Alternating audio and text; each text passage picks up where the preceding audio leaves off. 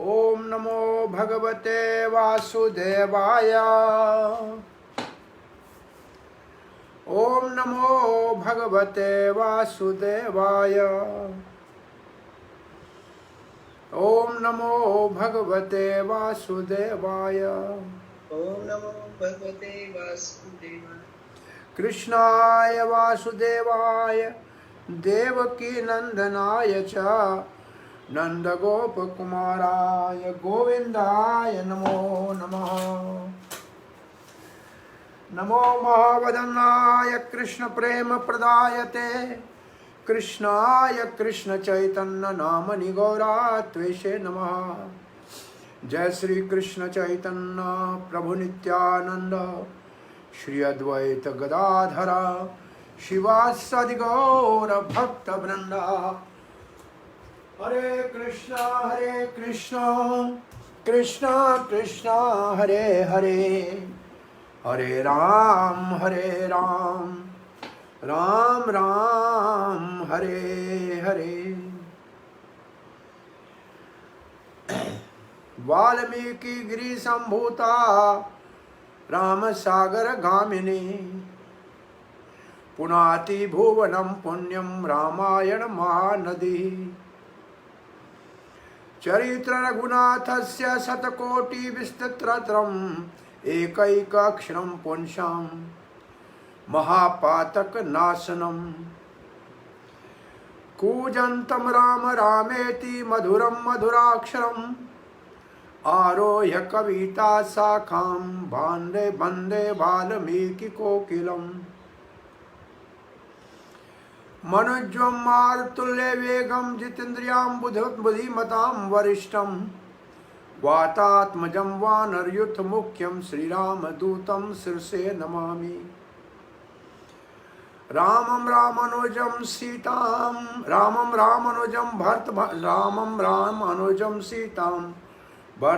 भरतानुजं सुग्रीवं वायुसूनं च प्रणमामि पुनः पुनः।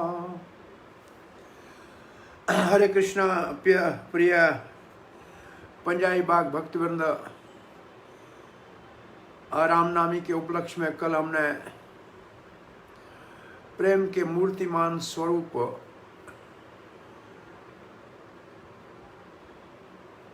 भरत भगवान रामचंद्र के अनुज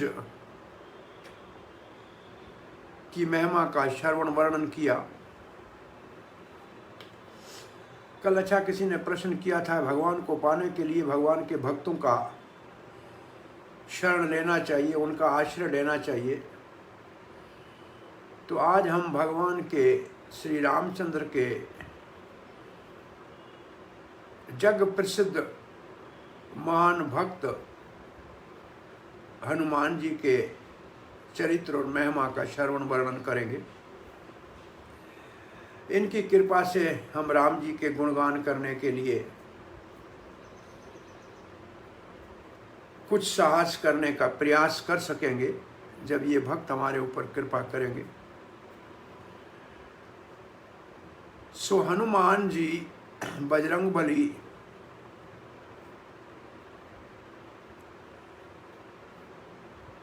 वैसे तो भगवान श्री कृष्ण के अवतार के समय जैसे सारे देवता अपने अंश से उनके सेवा के लिए आते हैं, ऐसे भगवान रामचंद्र के अवतार के समय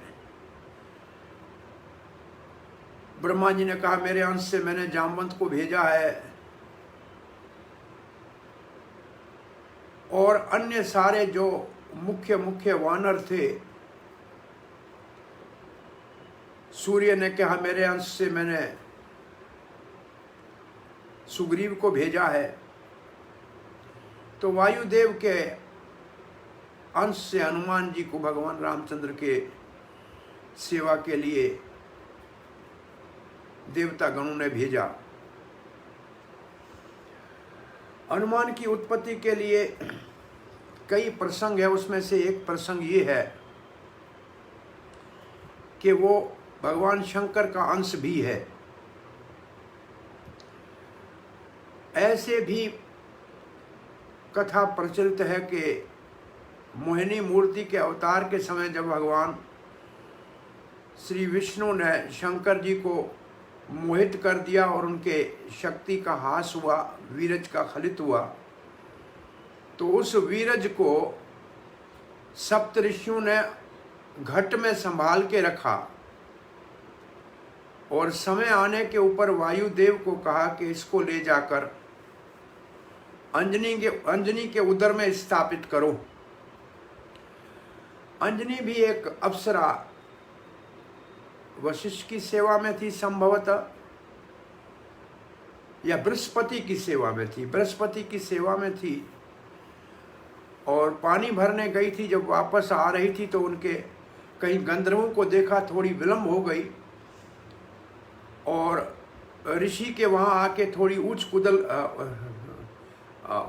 उचकना कूद ऐसे उछल कूद करने लगी तो ऋषि ने कहा जाओ बंदरिया बन जाओ। बोला मुझे आपने शराप दे दिया गुरुदेव। बोला हमारे मुख से ये निकला है तो कोई सेवा होगी।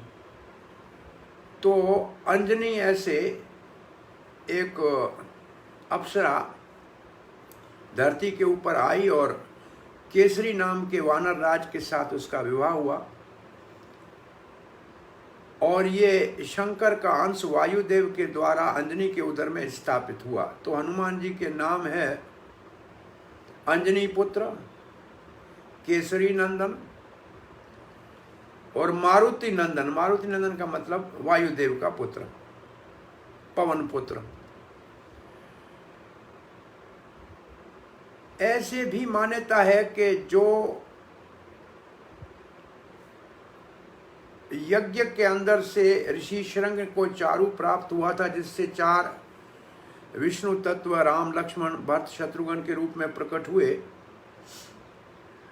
कुछ भाग चारु का वहां से ले जाकर अंजनी माता के उदर में स्थापित किया गया। तो भगवत अंश जो है, भक्त का अंश वहां से आया, ऐसा भी कई वर्णन मिलता है। जो भी हो, हनुमान का जन्म हुआ। अंजनी माता को तो ये कहा था कि आप जन्म दे के वापस आ जाना, फिर आपको वहाँ रहने की आवश्यकता नहीं है, आपका शराब तब तक है। तो अंजनी माता जब जाने लगी तो छोटे बालक हनुमान जी कहने लगे भूख लगी है मैया। तो उन्होंने सूर्य उगते हुए की तरफ इशारा करके दिखाया कि ये जो उग रहा है ना सूर्य, ऐसा लाल लाल फल मिले जहां भी जंगल में खा लेना। अब हनुमान ने कहा और कहाँ जाके फल हुआ, यही तो फल बड़ा अच्छा लग रहा है। वो छोटे से नवजात बालक हनुमान ने यहां से जंप मारा और जाके सूर्य को भक्षण करने के लिए प्रयास किया। सूर्य देव मुस्कुराए कि ये तो हमारे वायुदेव का पुत्र है, अच्छा प्रयास किया है। परंतु उस समय राहु को सूर्य को ग्रहण लगाना था। राहु ने देखा मुझसे पहले सूर्य के ऊपर और कौन लपक रहा है। राहु भयभीत होके हनुमान राहु की तरह भागा। राहु भागा जाके इंद्र को जाके शिकायत की कि कोई सूर्य के ऊपर प्रभाव डाल रहा है। ओए ऐरावत के ऊपर चढ़ के इंद्र जी पर हारे, और इंद्र के सफेद हाथी को देखकर हनुमान ने समझा ये भी फल होगा। वो इंद्र की ओर लपका, इंद्र को भय लगा, उसने अपना वज्र चलाया और वज्र हनुमान की ठोड़ी पे लगा और हनुमान मूर्छित होकर नीचे गिर पड़े। तभी तक हनुमान का नाम हनुमान नहीं था। हनु का एक अर्थ है ठोड़ी और मान का मतलब टूटी हुई, जिसकी ठोड़ी इंद्र के वज्र से टूटी है उसको कहते हैं हनुमान।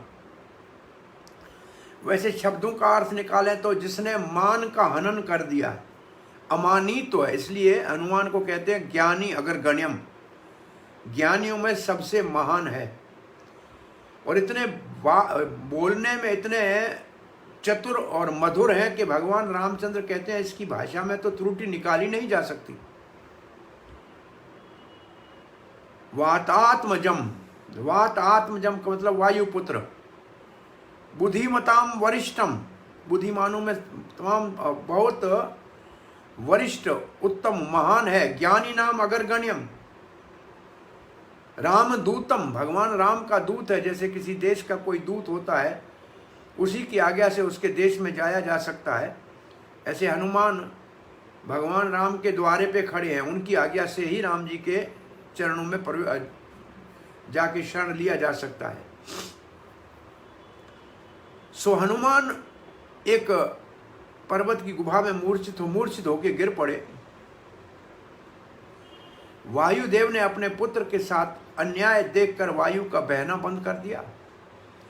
अब सबका सांस बंद होने लगा। सारे देवता वायुदेव के पास आए, ऐसे क्यों कर दिया है आपने? बोला मेरे पुत्र से अन्याय हुआ है। सबने कहा हम चलते हैं।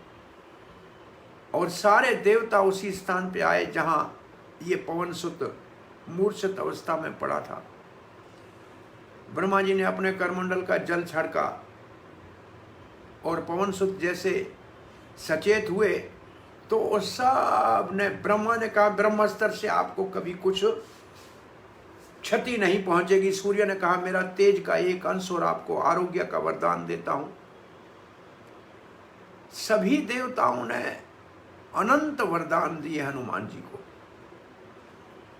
और हनुमान जी यहां वापस आए। अब इतने वरदान जो मिल गए तो हनुमान जी इतनी उछल कूद करने लगे, इतनी उछल कूद करने लगे। राम जी राज तिलक के उपरांत अगस्त आदि ऋषि राम जी से मिलने आए, उनका धन्यवाद करने आए। तो राम जी ने उनसे राक्षसों के वंश का वर्णन पूछा कि आप इतना रावण, कुंभकर्ण, मेघनाथ की प्रशंसा कर रहे हो, इनका वंश कैसे है? और फिर राम जी ने कहा इतना महाबली हनुमान के होते हुए सुग्रीव बाली से क्यों डर रहा था? हनुमान के एक मुक्के से रावण धराशाही हो गया। उस हनुमान के होते हुए सुग्रीव बाली से भयभीत होके ऋषिमुख पर्वत के ऊपर क्यों छुपा हुआ था? तो अगस्त आदि ऋषियों ने कहा कि जब हनुमान का आशीर्वाद के बाद ज्यादा उतंड हो गया तो एक तो ऋषियों ने उनको श्राप दे दिया कि तुम्हारी शक्ति जो आशीर्वाद के रूप में मिली है इन सारे देवताओं से, वो तुम्हारे को विस्मृत हो जाएगी, भूल जाओगे। जब तक कोई याद नहीं दिलाएगा तब तक याद नहीं आएगी। और दूसरा, हनुमान जी की शिक्षा के लिए उनके पिता ने उनको सूर्य देव के पास भेज दिया। हनुमान की शिक्षा सूर्य देव से हुई है। सूर्य देव को हम जानते हैं कि भगवत गीता भगवान श्री कृष्ण से सीखे हैं और वो ज्ञान के आचार्य हैं सूर्य। हनुमान जी जब कहे कि हम आपसे शिक्षा लेने के लिए आए हैं, उन्होंने कहा देखो हमारा रथ चलता है और रथ में ये घोड़े जुते हुए हैं और रथ के ऊपर 70,000 वाल्कल्य ऋषि बैठे हुए वेद का पाठ करते हैं, तो आपके लिए जगह तो है नहीं बैठने की। बोला मैं रथ के साथ साथ चलूंगा। बोला चलोगे तो तुम्हारी मेरी तरफ पीठ हो जाएगी, तो मैं कैसे उपदेश दे पाऊंगा? बोला नहीं, मैं आपकी तरफ मुख आपकी करके उल्टे कदम आपके आगे आगे चलूंगा। ऐसे श्रील प्रभुपाद जी जब इंग्लैंड में 77 में गए थे, जब स्वास्थ्य ठीक नहीं था तो ऊपर के कमरे से नीचे लाना होता था, तो उनको पालकी में लाते थे। तो जो आगे वाले पालकी में उठाने वाले थे वो कहते थे हम प्रभुपाद को पीठ दे के नहीं चलेंगे। तो वो क्या करते थे, रोज अभ्यास सीढ़ियों से उतरने का करते थे, मुंह प्रभुपाद की तरफ हो। प्रभुपाद नहीं होते थे पालकी को, 5-10 बार नीचे उतरते थे कि मुंह प्रभुपाद के हो। आगे की पालकी वाले की तो पीठ होती है, तो पीठ नहीं होनी चाहिए गुरुदेव की तरफ। तो ये कुछ मर्यादाएं हैं। तो हनुमान जी सूर्य देव से जब ज्ञान प्राप्त किया तो कहा अब दक्षिणा दो। बोला दक्षिणा में क्या दूं?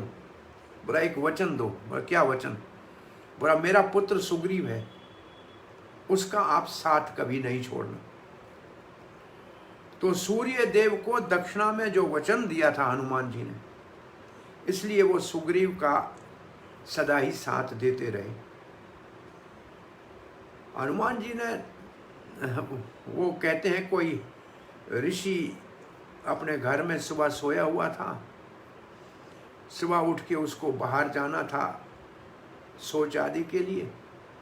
हनुमान जी ने एक शेर को और एक हाथी को पूंछ पकड़ के उसके दरवाजे के सामने बांध दिया। अब बेचारा बाहर कहाँ से जाए।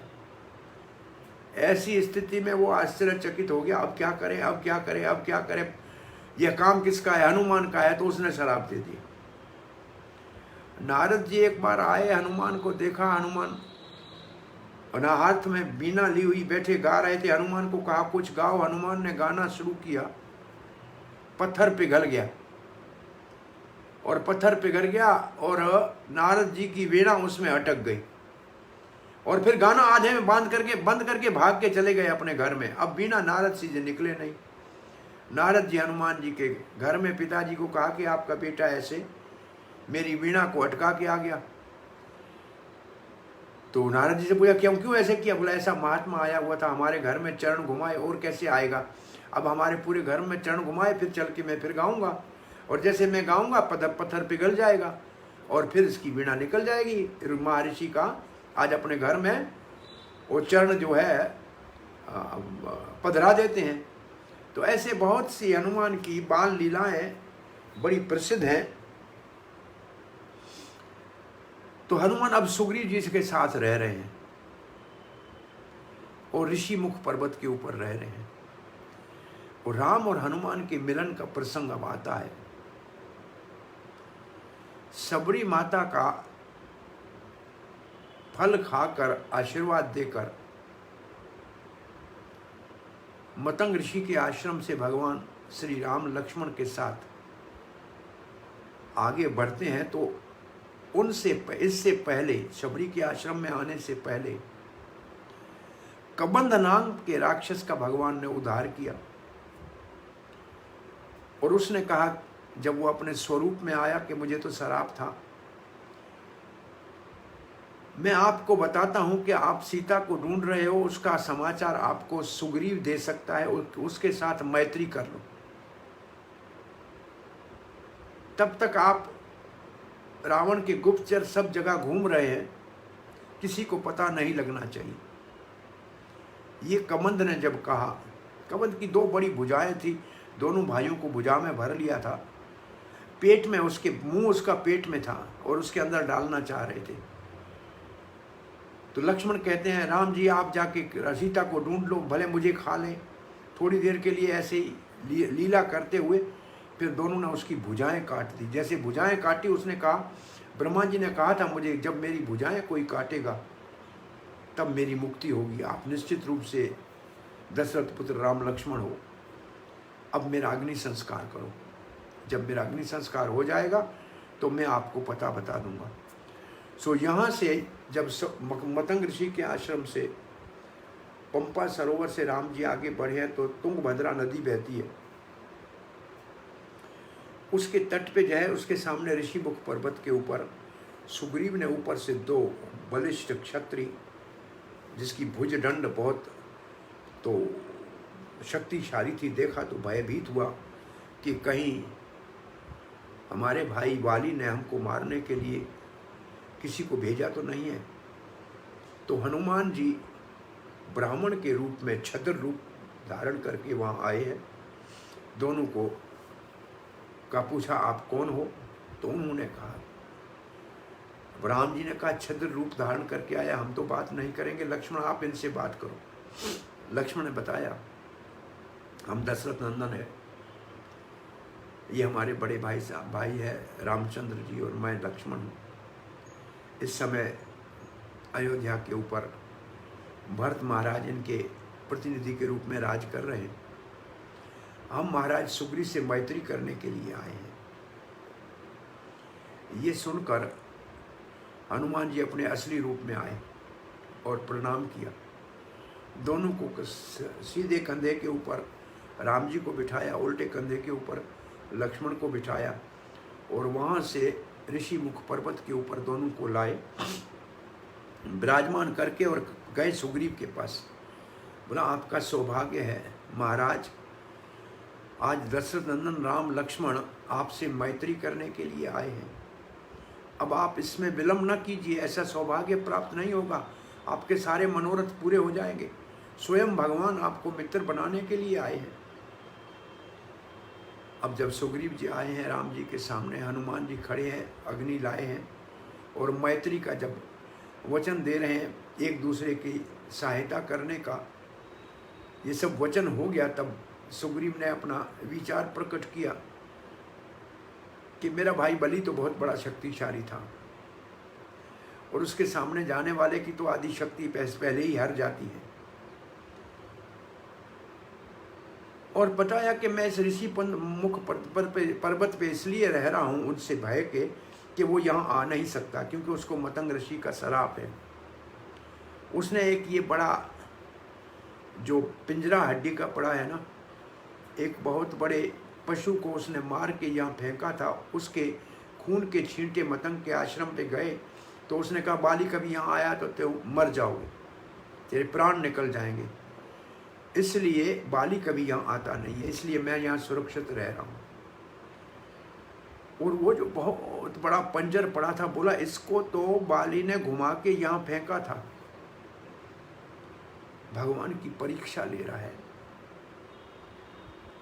भगवान कितने दयालु हैं। सुग्रीव के सामने अंगूठे के पांव से, वो भी उल्टे से, उस पंजर को फेंका तो कई मानो के कई गज दूर जाके पंजर पड़ा। बोला आप में बल निश्चित रूप से है, परंतु उस वक्त तो इसके ऊपर मांस थे, हड्डियां थी। उसके उपरांत की कथा में तो राम जी सुग्रीव का पहले मनोरथ पूरा करते हैं, बाली से उद्धार करके राज दे के उसकी पत्नी रोमा के साथ उसका मिलन कराते हैं। और वर्षा की ऋतु में रामचंद्र जाके लक्ष्मण के साथ रह जाते हैं।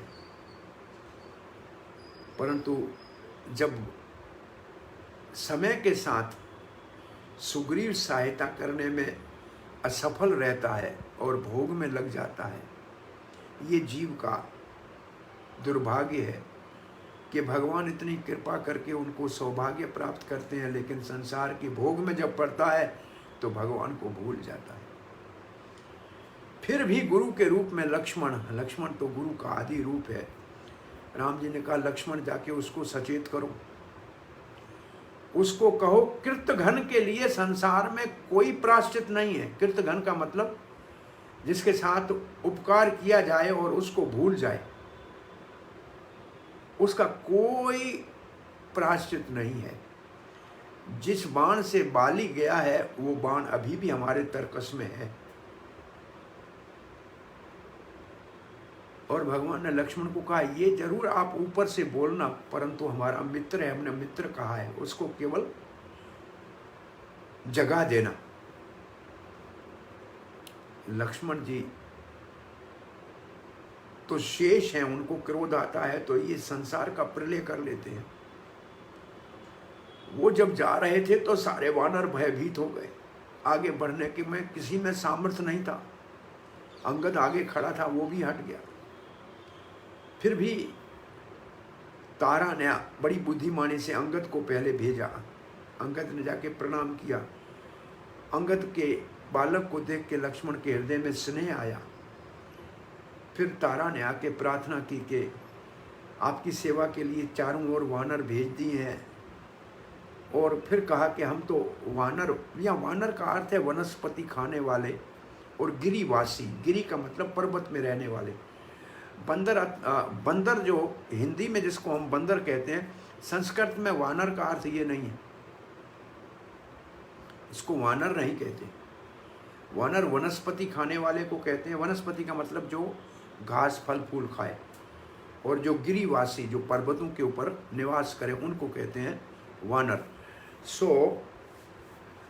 यहाँ हनुमान जी ने आके हाथ जोड़ के प्रार्थना की कि सब दिशाओं में वानरों को भेज दिया है महाराज सुग्रीव ने, और सब जगह से वानर इकट्ठे हो जाएंगे और हम देवी सीता की खोज करने का काम शुरू कर देंगे।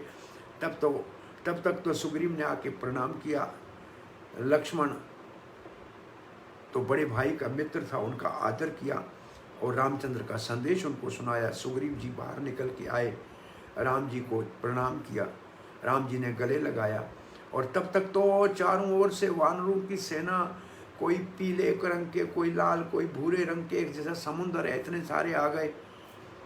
अब सबके सामने सुग्रीव ने वानरों को भेजा, एक उत्तर दिशा में जाएंगे, एक दक्षिण दिशा में जाएंगे, एक पूर्व, एक पश्चिम दिशा में, और सब स्थानों के ढूंढने के लिए कहा। लेकिन जो दक्षिण दिशा में जाने वाले थे उसका नेतृत्व अंगद के हाथ में दिया और हनुमान जी और जामवंत उनके साथ। तब राम जी ने अपनी अंगूठी हनुमान जी के हाथ में दे दी कि अगर सीता मिले और आपको परिचय पूछे कि राम जी को कैसे जानते हैं, तो ये निशानी मेरी देखेगी, ये वो मंगल की मुद्रिका है जो विवाह के समय जनक राज की नंदनी ने हमको पहनाई थी। और कुछ संकेत में एक दूसरे को जो संबोधन करते थे वो भी बताए राम जी ने। सब तो एक महीने में सब तीनों दिशाओं से वानर वापस आए, लेकिन दक्षिण दिशा वाले वानर, सुग्रीव ने कहा महीने के अंदर नहीं आए तो प्राण निकाल दें, प्राण दंड है। अब महीना पूरा होने वाला, इनको पता लगा नहीं, और ये तो ऐसी जगह पे चले गए जहां कुछ खाने को नहीं, पीने को नहीं। बोला वापस जाएंगे तो सुग्रीव मार देगा, और यहां अब कहां जाएं? तो कहीं से थोड़ा सा धुआं नजर आया, तो एक गुफा देखी। आगे हनुमान जी हुए, सारे पीछे हुए, गुफा के अंदर प्रवेश किया तो एक सुंदर देवी वहां बैठी हुई थी और बड़े बगीचे में फूल लगे हुए थे। पहले तो देवी को सबने नमस्कार किया कि हम बहुत भूखे हैं, बहुत दिनों से यह फल फूल खा सकते हैं। हाँ खाओ। स्वयं प्रभा उसका नाम था। स्वयं प्रभा मतलब अपने ही प्रकाश से सब कुछ प्रकाशित किया हुआ था। जब खा लिया तो हनुमान जी ने कहा हमको बाहर, बोला यहाँ से जो आता है बाहर जा नहीं सकता है, ये मैं दानव की बनाई हुई है। हनुमान जी ने कहा जैसे आए हैं वैसे चले भी जा सकते हैं। बोला नहीं, आप तो रामदूत हो, आप आंखें बंद करो, मैं आपको बाहर पहुंचा दूंगी। और स्वयं प्रभा ने कहा मेरे को तो, मैं इंद्र की अप्सरा थी, लेकिन किसी कारण से मैं यहाँ आया, वहाँ भी मेरे को छोड़ा नहीं, तो यहाँ अब मैं रह रही हूँ। और वहाँ से इन्होंने आंखें बंद की, ये समुद्र के किनारे आके निकले, यहाँ बैठे हुए हैं। तब पहाड़ की गुफा से एक पंजा बाहर निकला, और पंजा बाहर निकला और कहने लगा कितने दिनों से भूखा था, आज मेरे को इतने सारे वानर यहाँ बैठे बैठे भोजन के लिए मिले हैं। अब तो वानर कहते हैं वापस वहाँ सुग्रीव मारेगा, यहाँ ये वल्चर अंदर से जो एक गीधराज है ये मारने के लिए पंजा बढ़ा रहा है, कहाँ जाए।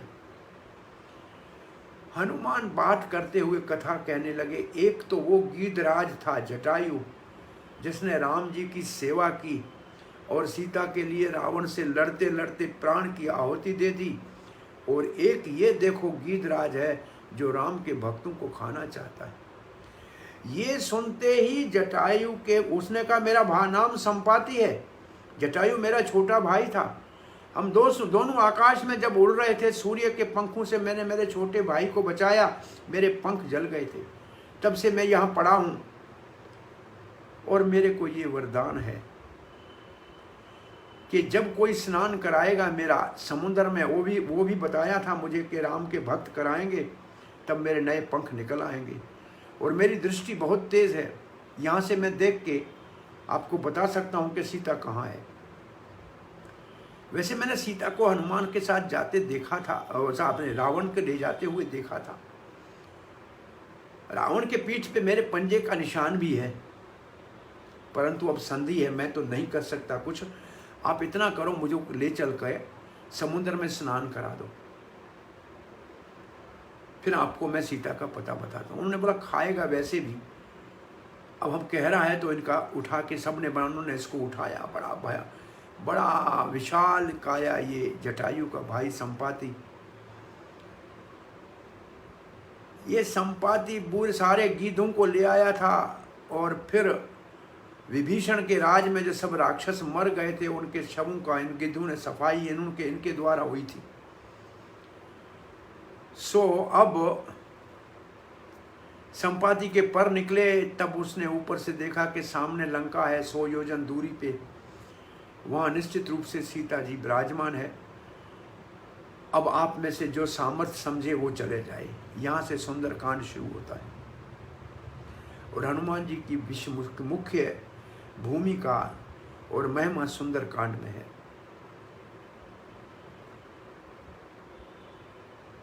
तो कोई वानर कहने लगा मैं तो 50 योजन जा सकता हूँ। जामवत कहे मैं तो 100 योजन क्या, मैं तो पूरी पृथ्वी का भ्रमण किया था। जब भगवान वामन देव का पांव ऊपर चला गया था तो मैं परिक्रमा की थी। मैंने तो जब क्षीर सागर का मंथन किया था तो उसमें औषधियाँ डाली थी पूरे विश्व से लाकर, परंतु अब मैं बूढ़ा हो गया हूँ। अंगद ने कहा मैं 100 योजन जा तो सकता हूँ, पता नहीं वापस आ पाऊँ कि नहीं आ पाऊँ। जामवत ने कहा नेता को नहीं भेजना चाहिए, आप हमारे मुख्य हैं इसलिए आप नहीं जा सकते। देखिए ये एक बहुत बड़ी शिक्षा है। वैष्णव को जब तक वरिष्ठ वैष्णव आशीर्वाद देके किसी काम में न लगाएं तब तक पहले करके मैं कर दूंगा ऐसे कहना उचित नहीं है। हनुमान जी यहाँ शांत बैठे। अब जामवत जी कहते हैं बजरंग बली आप में सामर्थ्य है, आप 100 योजन जाना आपके लिए कौन सी मुश्किल बात है। हनुमान जी को अपनी सारी शक्तियां याद आ गई। का 100 योजन क्या, मैं तो लंका का नाश करके सीता को ला सकता हूं, मैं तो पूरे ब्रह्मांड का चक्कर लगा सकता हूं। तो यहां निम्रता पूर्वक आशीर्वाद मिली है हनुमान जी को। और हनुमान जी ने कहा एक और अच्छी बात, वो भी हम भक्तों के लिए बड़ी महत्वपूर्ण है। कहा आप सब यहाँ रुकिएगा, मैं समाचार ले आऊँगा, हम साथ जाएंगे, क्योंकि काम साथ मिलके करना चाहिए। मैं अकेला काम करके आया, ये मुझे श्रेय नहीं चाहिए। हमारा सबका सामूहिक श्रेय, हम साथ आए हैं, टीम वर्क करेंगे। हनुमान जी महेंद्र पर्वत के ऊपर चढ़े हैं, शिखर के ऊपर बैठ के राम जी का ध्यान किया है। जैसे राम जी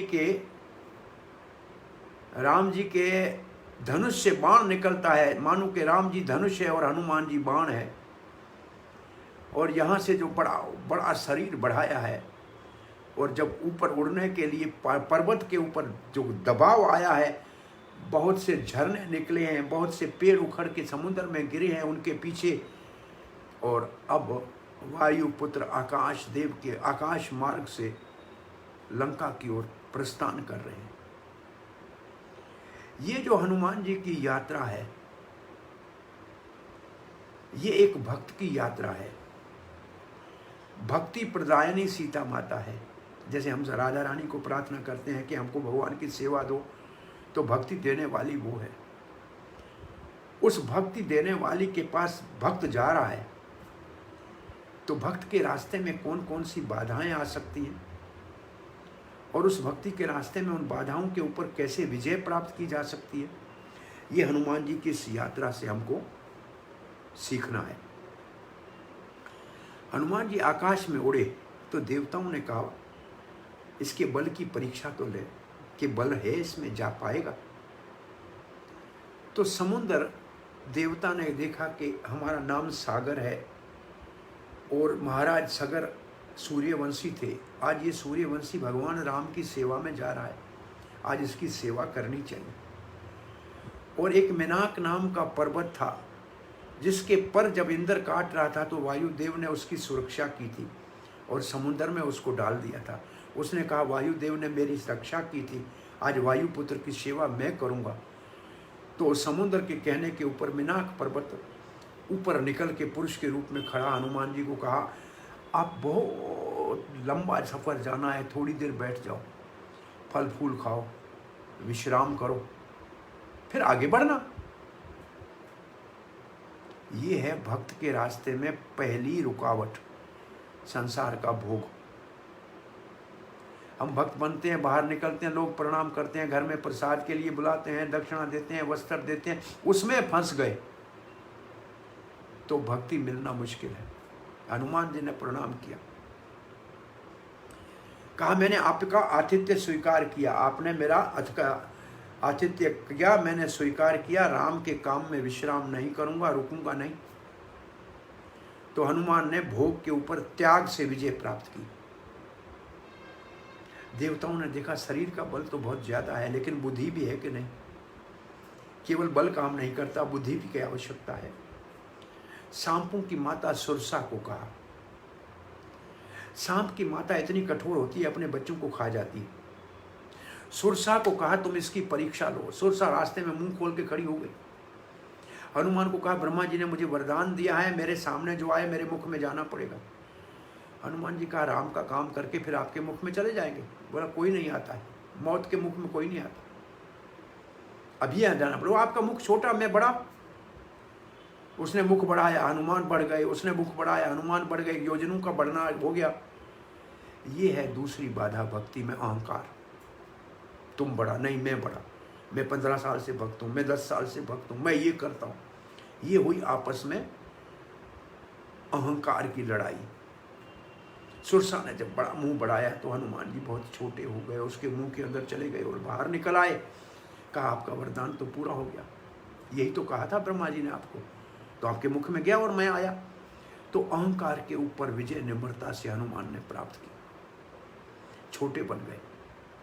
ये छोटा बनना भक्त के लिए सबसे बड़ी शोभा है, ये बड़े से बड़ा आभूषण है निम्रता भक्त का। हनुमान जी आगे बढ़े।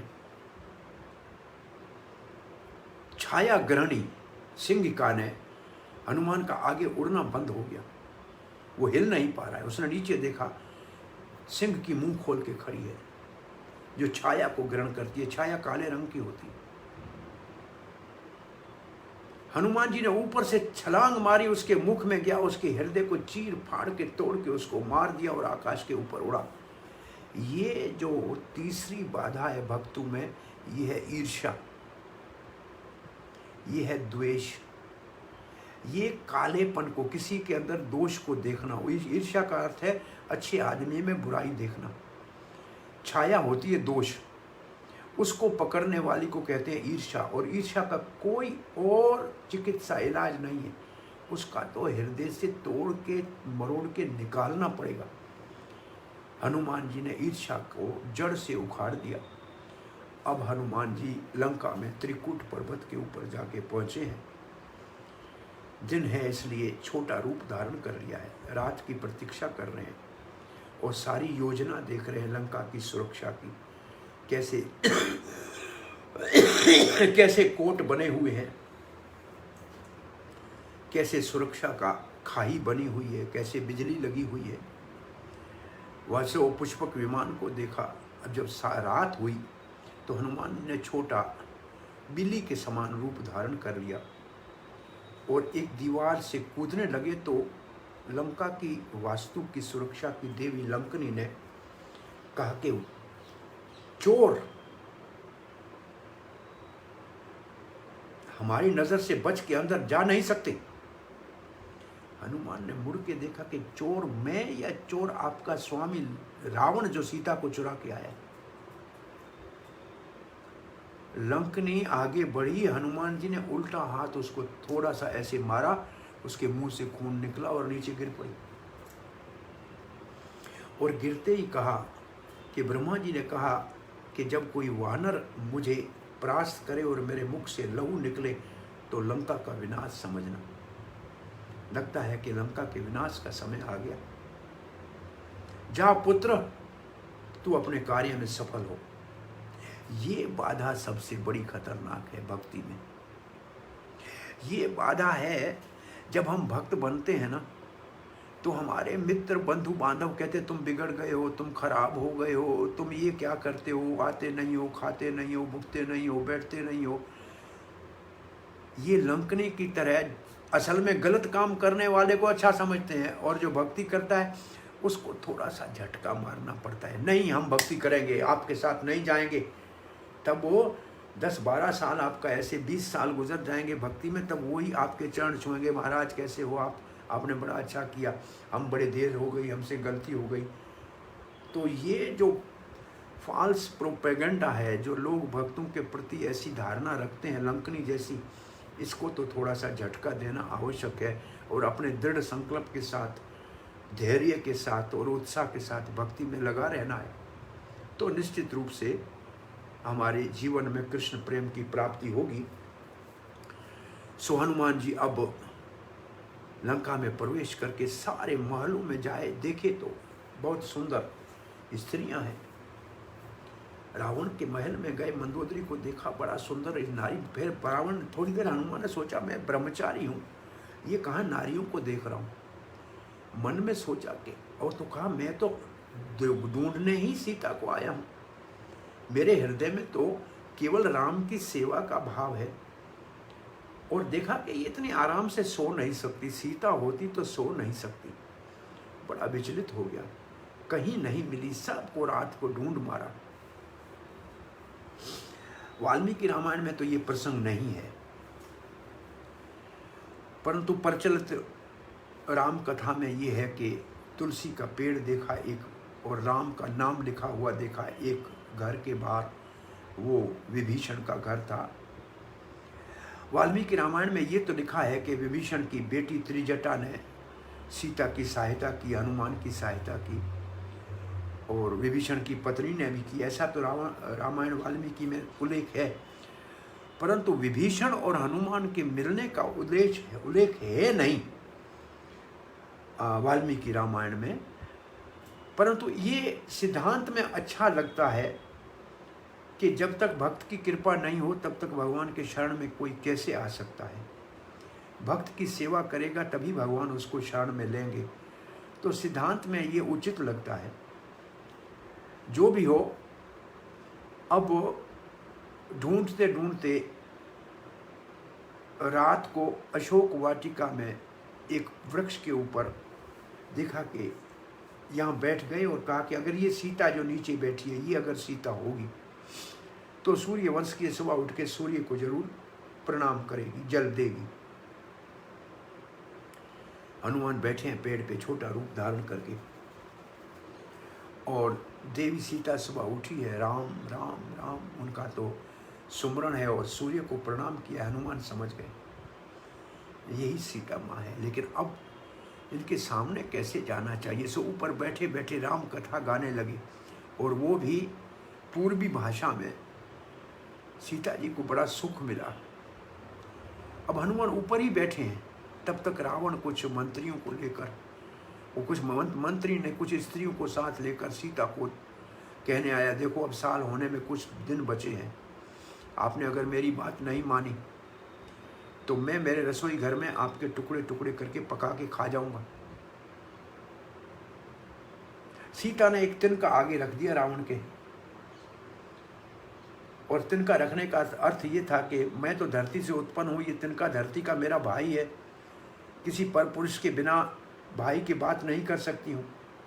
और ये तिनका इसलिए भी रख रही हूँ कि इतने एक तिनके से हमारे प्राणनाथ रामचंद्र ने इंद्र के पुत्र जयंत के पीछे ये तिनका डाला था, और उसको त्रिलोकी में कहीं जगह नहीं मिली थी, भटक रहा था।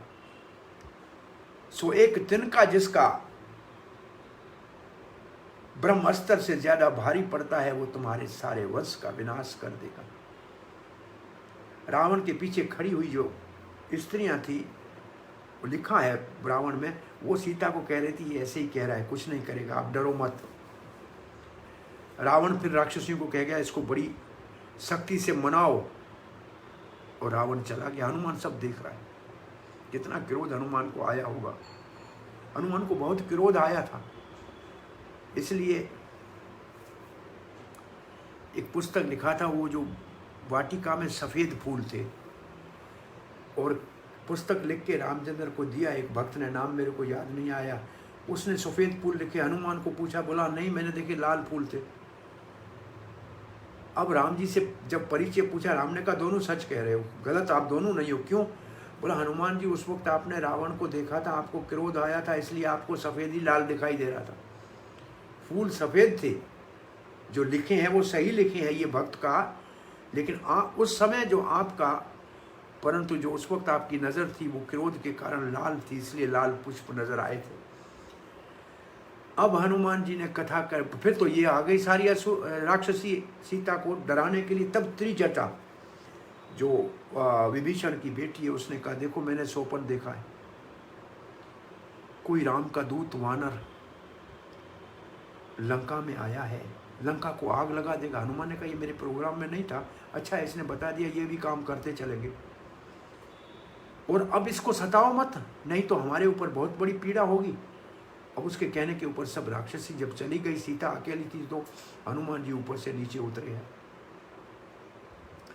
सीता जी भयभीत हो गई कि ये कहीं रावण दूसरा रूप धारण करके तो नहीं आया। परंतु हनुमान जी ने कहा कि मैं तो राम जी का सेवक हूँ। तो उन्होंने राम जी के चिन्ह पूछे, कौन से चिन्ह? तो बोला चरणों के चिन्ह बताए, राम जी का स्वभाव बताया।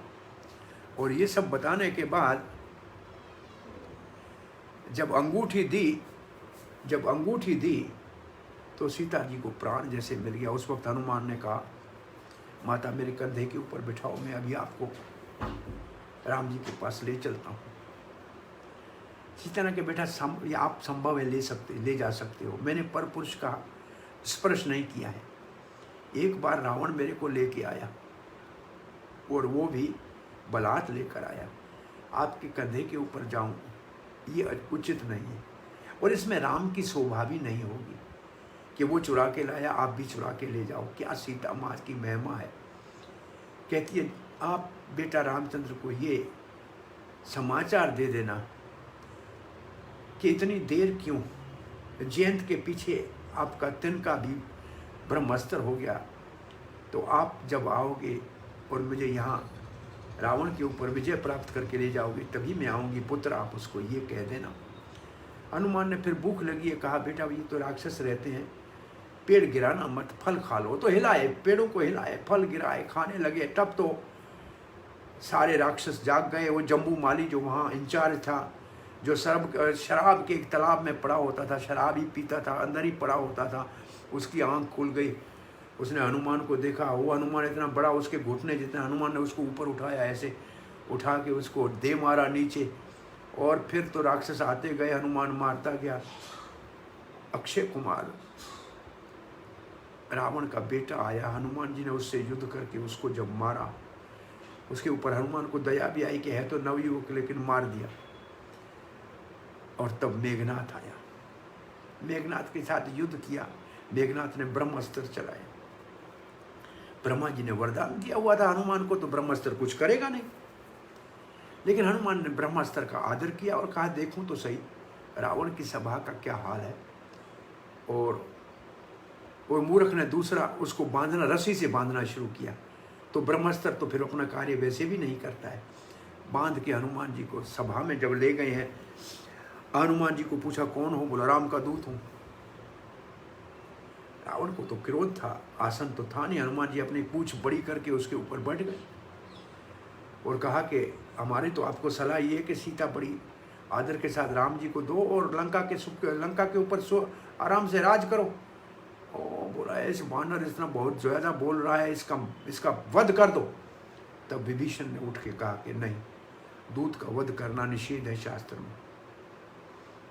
ये विभीषण ने जो कहा था, ये हनुमान की सहायता की। इसको कहते हैं भक्त के प्रति जो सेवा का कार्य किया, ये अज्ञात सुकृति हो गई। तो हनुमान जी ने कहा इसको बड़ा, हनुमान जी के रावण ने कहा फिर ये वानर को बड़ा अपनी पूंछ के ऊपर गौरव होता है, इसकी पूंछ जला दो। हनुमान बड़े खुश हो गए, लंबी पूंछ थी, सारी लंका के कपड़े लगाए, आग तेल लगा दिया, आग लगाई। तब वो पहले हनुमान छोटे, अब हनुमान हो गए बड़े, सारी लंका में घूम घूम के एक विभीषण के महल को छोड़ के सबको जलाने लगे। सबके घर में कपड़े सब खत्म, सबका तेल खत्म। हनुमान पूछ बुझाने के लिए समुद्र में कूद पड़े। वहाँ उनके पसीने से किसी मछली से एक पुत्र उत्पन्न हुआ। वो जब द्वारका जाते वहाँ उसका मंदिर है हनुमान जी का, द्वारका के बेट द्वारका में एक है, क्या कहते हैं, मकर ध्वज। और यहाँ हनुमान ने पूछ बुझाई, फिर सीता माता के पास आए। सीता माता जब आग लग रही थी, एक तो हनुमान कहता है मेरी पूछ में आग लगी है लेकिन ये ठंडी बर्फ जैसी शीतल क्यों लग रही है, समझ में नहीं आया। एक तो वायुदेव ने, अग्निदेव का मित्र है, उसने कहा कि हाँ हमारे मित्र की पुत्र की पूछ को तो नहीं जलने देंगे। और यहाँ सीता माता कहती है मेरे बेटे की रक्षा करना अग्निदेव। अब वापस आके सीता माता को प्रणाम किया है। सीता माता ने कहा बेटा आप सुरक्षित हो, मुझे बड़ी प्रसन्नता है। माता आपकी कृपा हो, राम जी का सेवा में किसी भक्त का कोई अनिष्ट हो ही नहीं सकता है। सीता को प्रणाम करके राम जी वहाँ, हनुमान जी वहाँ से दूसरी छलांग लगाई है। और ये वानर ऊपर से देखते हैं किलकारी मारता आ रहा है, प्रसन्न हो गए। अब सीता का पता लग गया, ये सब लोग वापस आए हैं और तीव्र गति से वापस आए हैं। और सुग्रीव का एक मधु का बगीचा था जिसको दधी बक्ष उनका पुत्र, दधी जो है वो रक्षा करता था। अंगद ने जाके उसमें मधु खाना शुरू कर दिया। उसने जाके सुग्रीव को शिकायत लगाया। सुग्रीव ने कहा वो तो युवराज है, उसको अधिकार है, आपने रोका क्यों? परंतु वो मधु खा रहे हैं, इसका मतलब सीता का पता लगा है, नहीं तो हमारे बगीचे में ऐसे जाने का साहस नहीं करते, जल्दी बुला के लाओ। दधी ने वापस आके सुग्रीव से क्षमा मांगी है कि बेटे भैया हमने आपको मना की थी। सुग्रीव ने अपनी गलती को मान लिया, कहा कि हमको बिना आज्ञा के ऐसे नहीं करना चाहिए था। इसको कहते हैं बड़ा व्यक्ति अपनी गलती को मान लेता है। अब ये राम जी के पास जब आए हैं, सीता ने अपनी चूड़ामणि दी थी जो राम जी ने उनके मांग में रखी थी। अब सब ने आके समाचार दिया, हनुमान पीछे खड़े हैं कि सीता का पता लग गया। कौन लाया? बताया हनुमान लाया। हनुमान जी ने रामचंद्र को जब चूड़ामणि दी तो उन्हें हृदय से लगा थी और हनुमान जी को आलिंगन किया। भरत के समान भाई समझकर हनुमान को गले लगा दिया। कुछ देने को नहीं बोला, मेरा ये छाती है ये देता हूँ, ये वक्ष स्थल मेरा लक्ष्मी के लिए है, वो मेरे भक्तों को मैं प्रेम से देता हूँ। इसलिए लक्ष्मी कहती है मेरा नाम भले लक्ष्य ये मैं हूँ उनके भगवान के वक्ष स्थल पे, परंतु प्रेम भक्तों से ज़्यादा करता है। तो यहाँ राम भक्त हनुमान की जय। और ये भक्ति की बाधाओं की कथा को यहाँ विराम देते हैं। हरे कृष्ण।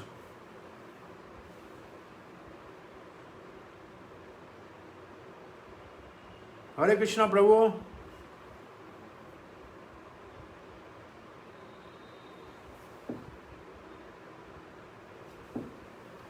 हरे कृष्णा। धन्यवाद।